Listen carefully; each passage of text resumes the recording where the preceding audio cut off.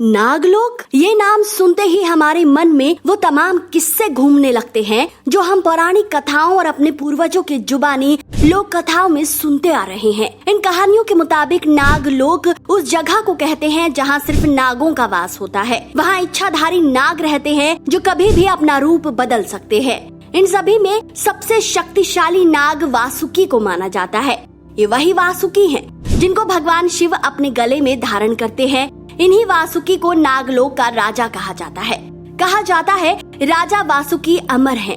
भारत में एक जगह ऐसी है जहां वो आज भी अपने परिवार के साथ एक गुफा में रहते हैं और भगवान शिव की आराधना करते हैं। दोस्तों, महाकाल के एक और वीडियो में आपका स्वागत है। आइए आज के इस वीडियो में जाने शिव भक्त राजा वासुकी से जुड़ी वो कहानियां जिनसे आज तक ज्यादातर लोग अनजान हैं। नागों के राजा वासुकी ऋषि कश्यप और देवी कद्रू के पुत्र थे। वासुकी नाग के माता पिता से 1000 संतानों की उत्पत्ति हुई थी, जिनमें वासुकी नाग के बड़े भाई का नाम शेषनाग था। माता कद्रू से उत्पन्न वासुकी के अन्य भाइयों में कालिया नाग, तक्षक नाग, करकोटक नाग, पिंगला नाग, धृतराष्ट्र नाग, शंखपाल नाग, पद्म नाग, महानाग आदि अन्य नाग शामिल है। शिव के गले में कैसे आए वासुकी? दोस्तों, अगर आप हमारे वीडियोस देखते हैं तो आप जानते ही होंगे कि भगवान शिव के गले में लिपटे नाग वासुकी ही हैं। लेकिन वो भगवान शिव के गले में कैसे आए, इसके पीछे कई वजहें मानी जाती हैं। एक बात तो यह कही जाती है कि वासुकी भगवान शिव के परम भक्त थे। वासुकी की इसी शक्ति से प्रसन्न होकर महादेव ने उन्हें अपने गणों में शामिल किया और अपने गले में धारण कर लिया। एक दूसरी कथा के अनुसार नागों के राजा वासुकी अपने सगे संबंधियों और परिवार के साथ पाताल लोक में रहते थे। यह स्थान भगवान शिव के परम धाम कैलाश पर्वत के पास ही था। वह भगवान शिव की पूजा में लीन रहा करते थे।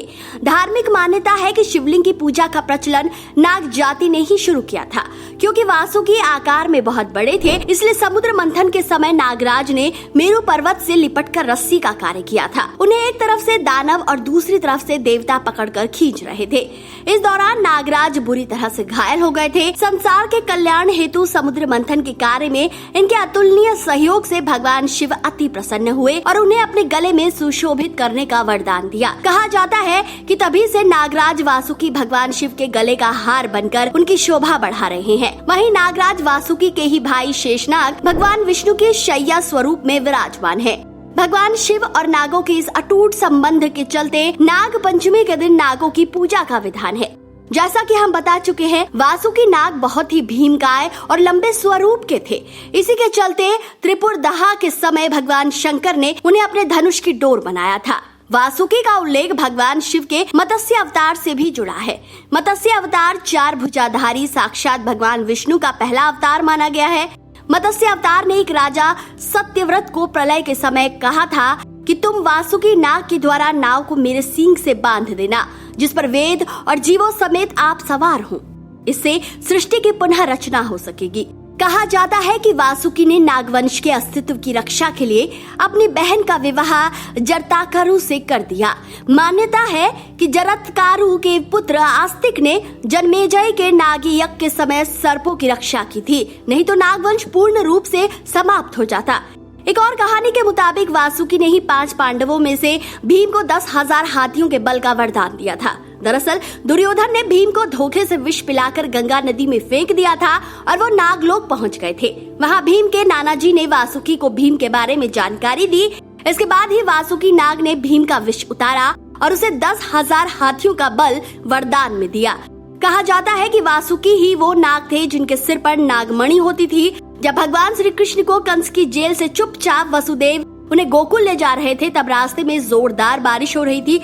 इसी बारिश और यमुना के उफान से वासुकी नाग ने ही श्री कृष्ण की रक्षा की थी। हालांकि कुछ लोग मानते हैं कि ये उनके बड़े भाई शेषनाग थे। आज भी मौजूद हैं वासुकी। दोस्तों, मध्य प्रदेश के सतपुड़ा के घने जंगलों में अनगिनत रहस्य आज भी दफन है। कहा जाता है यहाँ से एक ऐसा रहस्यमय रास्ता है जो सीधा नागलोक जाता है। यह वही नागलोक है जहाँ नागों के राजा वासुकी आज भी अपने परिवार के साथ रहते हैं और भगवान शिव की आराधना करते हैं। इन दरवाजों तक पहुँचने के लिए खतरनाक पहाड़ों की चढ़ाई और बारिश में भीगे घने जंगलों की खाक छाननी पड़ती है, तब जाकर वो नाग द्वारी पहुँच सकते हैं। ये जगह एमपी के एकमात्र हिल स्टेशन पंचमढ़ी के जंगलों में मौजूद है।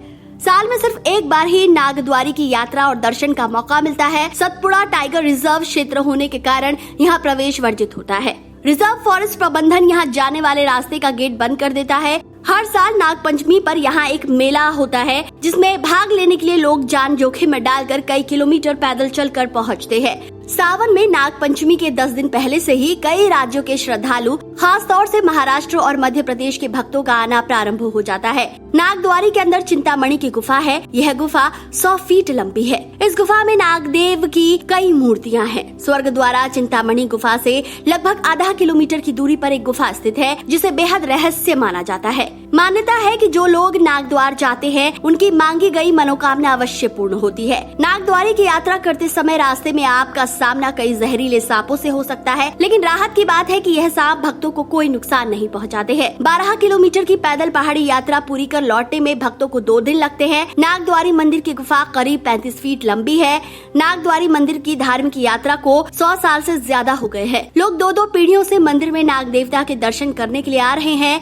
नागद्वार मंदिर की यात्रा श्रद्धालु सुबह ही शुरू करते हैं, ताकि शाम तक गुफा तक पहुंच जाए। जंगल में जंगली जानवरों और अन्य जहरीले जीवों का भी खतरा रहता है। इस यात्रा की कठिनाइयों के कारण इसे अमरनाथ जैसी यात्रा माना जाता है। बाबा अमरनाथ और नागद्वारी की यात्रा सावन मास में ही होती है। बाबा अमरनाथ की यात्रा के लिए ऊंचे हिमालयों से होकर गुजरना होता है, जबकि नागद्वारी की यात्रा सतपुड़ा की घनी व ऊंची पहाड़ियों में सांप जैसी पगडंडियों से पूरी होती है। दोनों ही यात्राओं में भोले के भक्तों को धर्म लाभ के साथ ही प्रकृति के नैसर्गिक सौंदर्य के दर्शन होते हैं। मान्यता है कि पहाड़ियों पर सर्पाकार पगडंडियों से नागद्वारी की कठिन यात्रा पूरी करने से काल सर्प दोष दूर होता है। इसके अलावा नागद्वारी में गोविंदगिरी पहाड़ी पर मुख्य गुफा में शिवलिंग में काजल लगाने से मनोकामनाएं पूरी होती है। नागद्वारी के अलावा जो भक्त पहाड़ी की ऊपरी गुफा तक जा पाते हैं, वो यहाँ एक विशाल नाग देखने का दावा करते हैं। मान्यता है यही पौराणिक कहानियों के नागराज वासुकी है। हैरानी की बात यह है कि गुफा की चट्टानों पर एक विशालकाय शरीर वाली नाग की आकृति उभरी हुई है, जिसे इस गुफा का रक्षक कहा जाता है। तो दोस्तों, यह था हमारा आज का वीडियो। आप नागराज वासुकी की इन कहानियों के बारे में क्या सोचते हैं, हमें कमेंट करके जरूर बताएं। अगर वीडियो अच्छा लगा है तो इसे लाइक और शेयर करना ना भूलें और महादेव के भक्तों तक अवश्य पहुँचाएं। हर हर महादेव।